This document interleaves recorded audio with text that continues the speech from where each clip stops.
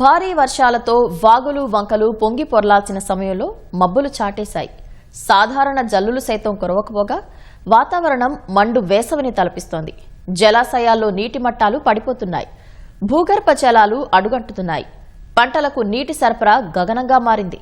ఇలాంటి ప్రతికూల పరిస్థితుల్లో ఉన్న నీటిని ఎలా సద్వినియోగం చేసుకోవాలి, జల సంరక్షణకు ఎలాంటి పొదుపు చర్యలు చేపట్టాలి అన్న అంశాలను ఆంధ్రప్రదేశ్ భూగర్భ జలవనరుల శాఖ విశ్రాంత సంచాలకుడు వరప్రసాదరావు ఈటీవీకి వివరించారు. ప్రకృతి ప్రసాదించిన అమూల్యమైన బహుమతి జలం అంటున్న వరప్రసాదరావుతో మా ప్రతినిధి సాయికృష్ణ ముఖాముఖి. వాతావరణ ప్రతికూల పరిస్థితులతో వానదేవుడు కరుణించటం లేదు. ఆకాశం నుంచి చుక్క నీరు జాలువారటం లేదు. భూగర్భ జలాలు పాతాళంలోకి పడిపోతున్న దుస్థితి. ఇలాంటి పరిస్థితుల్లో నీటి సంరక్షణ, నీటి పొదుపు చర్యలు మరొక్కసారి అందరికీ కూడా గుర్తు తెచ్చుకునే పరిస్థితి వచ్చింది. దీనికి సంబంధించి భూగర్భ జల శాఖలో సుదీర్ఘకాలం సేవలందించిన రిటైర్డ్ డైరెక్టర్ వరప్రసాద్ ఉన్నారు. వారిని అడిగి తెలుసుకుందాం మరిన్ని వివరాలు. సార్, ఎల్నినో అనేది చాలా తీవ్రమైన ప్రభావం చూపుతోంది. ఈ క్లిష్ట సమయాన్ని ఎదుర్కోవటం ఎట్లా అంటారు? ఈ సంవత్సరం ఎల్నినో అనేటటువంటి దాని ప్రభావం వలన ముందుగానే మనకి వాతావరణ శాఖ వర్షాకాలంలో వర్షాలు ఏ విధంగా కురవబోతాయి అనేటటువంటి ముందస్తు అంచనాలు తెలియజేసింది. వారు తెలియజేసినటువంటి అంచనాల ప్రకారంగా దీర్ఘకాలిక సరాసరి వర్షపాతంతో పోల్చినప్పుడు ఈ సంవత్సరం 12% నుంచి 40% వరకు లోటు వర్షపాతం కురిసే అవకాశం ఉన్నది అని వాతావరణ శాఖ ఫోర్కాస్ట్ తెలియజేసింది. తదనుగుణంగా ప్రభుత్వం కూడా ఇటు ప్రభుత్వ యంత్రాంగాన్ని అటు రైతాంగాన్ని కూడా సంసిద్ధం చేసేలాగా చర్యలు చేపట్టింది. బట్ ప్రభుత్వం చర్యలు చేపట్టడంతో పాటు రైతులను, ప్రజలను కూడా వాన నీటిని సంరక్షించుకోవడం, ఉన్న నీటిని జాగ్రత్తగా వినియోగించుకునేలాగా చైతన్యం చేయవలసినటువంటి ఆవశ్యకత కూడా ఉంది. మనం ఉన్న జల వనరులను అంటే నదుల మీద నిర్మించినటువంటి జలాశయాల్లో ఎంత నీరు ఉంది, అలాగే చెరువుల్లో ఎంత నీరు ఉంది, భూగర్భంలో ఎంత నీరు ఉంది అనేటటువంటిది స్పష్టమైనటువంటి అంచనాలు వేసుకొని ఆ ప్రకారంగా ఎంత నీరు అందుబాటులో ఉంటే దానికి తగిన పంట ప్రణాళికలు రచించుకున్నప్పుడే మనము దీని నుంచి బయటపడగలుగుతాం. సార్, మనది వ్యవసాయ భౌగోళిక స్వరూపం చూసుకుంటే డెల్టా ప్రాంతం, మెట్ట ప్రాంతం, రాయలసీమ లాంటి నీరు అతి స్వల్పంగా ఉండే ప్రాంతాలు ఉన్నాయి. ఇలాంటి చోట్ల డెల్టా ప్రాంతంలో వరి పంటకి అధికంగా నీరు వినియోగించుకోవటం మన రైతులకి మొదటి నుంచి అనాదిగా వస్తున్న అలవాటు.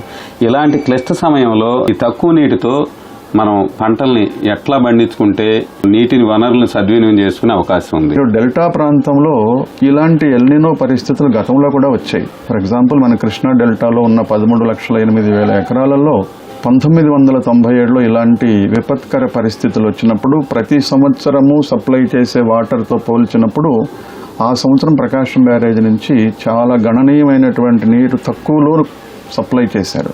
కానీ ఆ సంవత్సరం దిగుబడులు ఎక్కువగా వచ్చినాయి. అంటే మనకు అప్పుడు కూడా ఏం తెలుస్తుంది, ప్రతి సంవత్సరం అందించవలసిన నీటి కంటే మనం ఎక్కువ అందిస్తున్నామా, ఆప్టిమల్ యూటిలైజేషన్ అని అంటారు. సో కాబట్టి ఏ పంటకు ఎంత నీరు అవసరం అవుతుంది అనేటటువంటిది కూడా మనం తెలుసుకోవటానికి ఇది ఒక అవకాశం.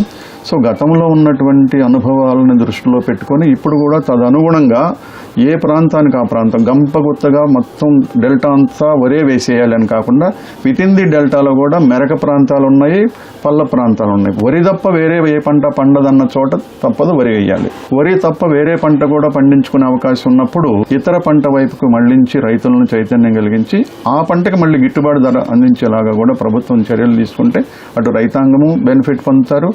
ఈ తక్కువ వర్షపాతంతో తక్కువ నీరు వచ్చేటటువంటి ఈ పరిస్థితుల్లో ఆ గడ్డు పరిస్థితుల నుంచి బయటపడేటటువంటి అవకాశం కూడా ఉంటుందన్నమాట.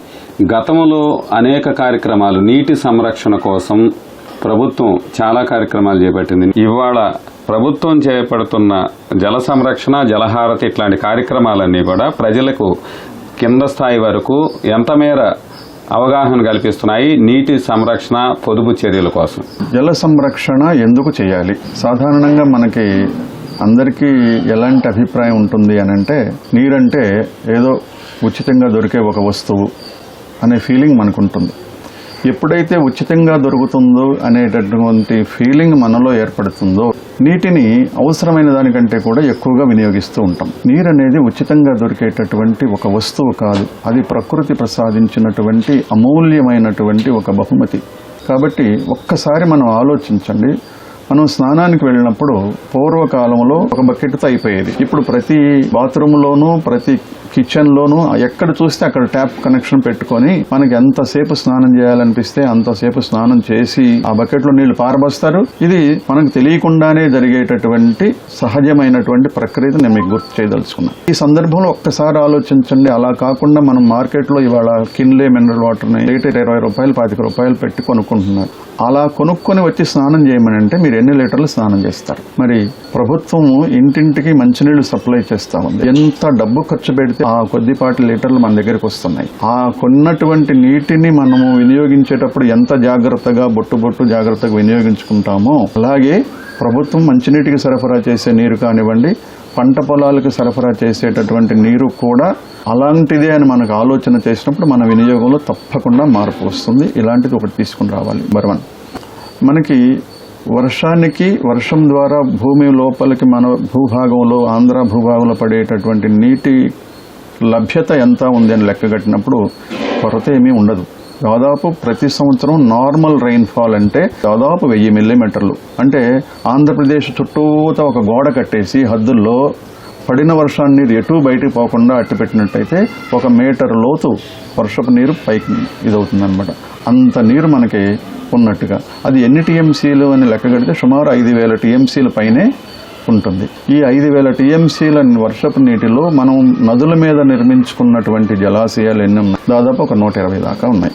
అటువంటి జలాశయాల్లో మనం 1100 నుంచి 1200 టీఎంసీల నీటిని నిలవబెట్టుకోగలిగే సామర్థ్యాన్ని మనం సృష్టించుకున్నాం. ఇది కాకుండా ఎక్కడికక్కడ చెరువులు తవ్వుకున్నాం. ఆ చెరువుల్లో ఒక 225 టీఎంసీల దాకా నిలవబెట్టుకునే అవకాశం ఉంది. ఇది కాకుండా ఒకవేళ మీరు నిలవబెట్టుకున్నా మీరు నిలవబెట్టుకోలేకపోయినా పొడమి తల్లి మన కోసం శ్రద్ధ తీసుకుని తన గర్భంలో కొంత నీటిని దాచిపెడుతుంది. దాదాపుగా ఇవాళ మనం 400 టీఎంసీల దాకా భూమిలో నుంచి తీసుకొని వినియోగించుకుంటున్నాం. 20 లక్షల దాకా వ్యవసాయానికి సంబంధించిన బోర్వెల్స్ ఉన్నాయి మన ఆంధ్రప్రదేశ్ రాష్ట్రంలో. సో అయితే ఇప్పుడు మీరు అన్నట్లుగా ఏంటంటే ప్రభుత్వము ఈ సంవత్సరం కూడా జలహారతి అనే కార్యక్రమంతో వాన నీటిని సంరక్షించాలి అనేటటువంటి కార్యక్రమం చేపట్టింది. అలాగే ఎక్కడికక్కడ వాగుల్లో నుంచి దగ్గరలో ఉన్నటువంటి చెరువులను కూడా అనుసంధానం చేయాలని, అటు కేంద్ర ప్రభుత్వం కూడా వాన నీటి సంరక్షణ కార్యక్రమాలు చేపట్టాలని చెప్పి ప్రజలని కోరుతా ఉంది. గతంలో చేసినట్లుగానే ఇప్పుడు కూడా కొంత అవగాహన కార్యక్రమాలు ఇంకా చేయవలసినటువంటి అవసరం చేస్తుంది, కానీ ఇంకొద్దిగా చేయవలసినటువంటి అవసరం ఉంది. అలాగే గతంలో కొన్ని దినపత్రికలు, ఈనాడు దినపత్రిక ఉంది, సుజలాం సుఫలాం అనే ఒక ప్రత్యేకమైన కార్యక్రమం తీసుకొని ఎక్కడికక్కడ జల సంరక్షణ పట్ల అవగాహన కల్పిస్తూ ప్రజలను బాగా ఎక్కువగా దాంట్లో మమేకం చేస్తుండేది, చైతన్యం కలిగిస్తుండేది. ప్రధానంగా పట్టణాలు నగరాలు కాంక్రీట్ జంగిలైపోతున్నాయి. మనం నీటి సంరక్షణ కోసం ప్రభుత్వం ఏం చేయాలి? ప్రజలు దాన్ని ఎట్లా అందిపుచ్చుకోవాలి? వ్యక్తిగతం, నంబర్ 2 కుటుంబపరం, నంబర్ 2 సామాజికంగా, నంబర్ 4 రైతు వారీగా, నంబర్ 5 సంస్థల వారీగా, నంబర్ లాస్ట్ ప్రభుత్వ పరంగా. మనం మిగతాయన్నీ వదిలేసి ప్రభుత్వమే ఏం చేయాలని చూస్తూ ఉంటాం. ఇది సరైన విధానం కాదు.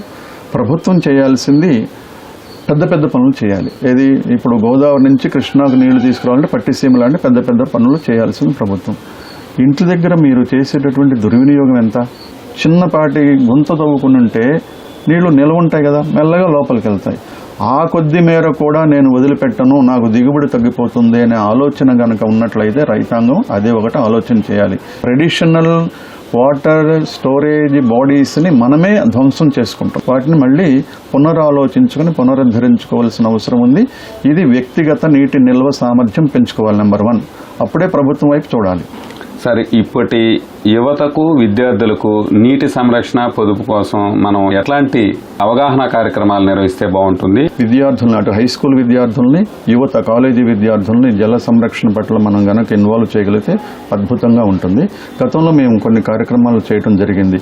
హై స్కూల్ స్థాయి విద్యార్థులకేమో జలంబడి అనే పేరు చొప్పున వాటర్ కన్జర్వేషన్ మేనేజ్మెంట్, అలాగే కాలేజీ లెవెల్లో ఉన్నటువంటి స్టూడెంట్స్కి యువత జల భవిత అనే కార్యక్రమం పేరిట నీటి సంరక్షణ యాజమాన్యం అనేటటువంటి కార్యక్రమంతో వ్యాసరచన పోటీలు, క్విజ్ పోటీలు, డ్రాయింగ్ పోటీలు ఇలాంటిది చేసి నీటి సంరక్షణ ప్రతిజ్ఞ ఒకటి రాసి వాళ్ళ చేత ప్రతిజ్ఞ చేయించడం, ఈ విధమైనటువంటి కార్యక్రమాలు చేపడితే బ్రహ్మాండమైన మార్పు తీసుకురావచ్చు. కెమెరామెన్ కోటితో సాయి కృష్ణ, ఈటీవీ న్యూస్, విజయవాడ.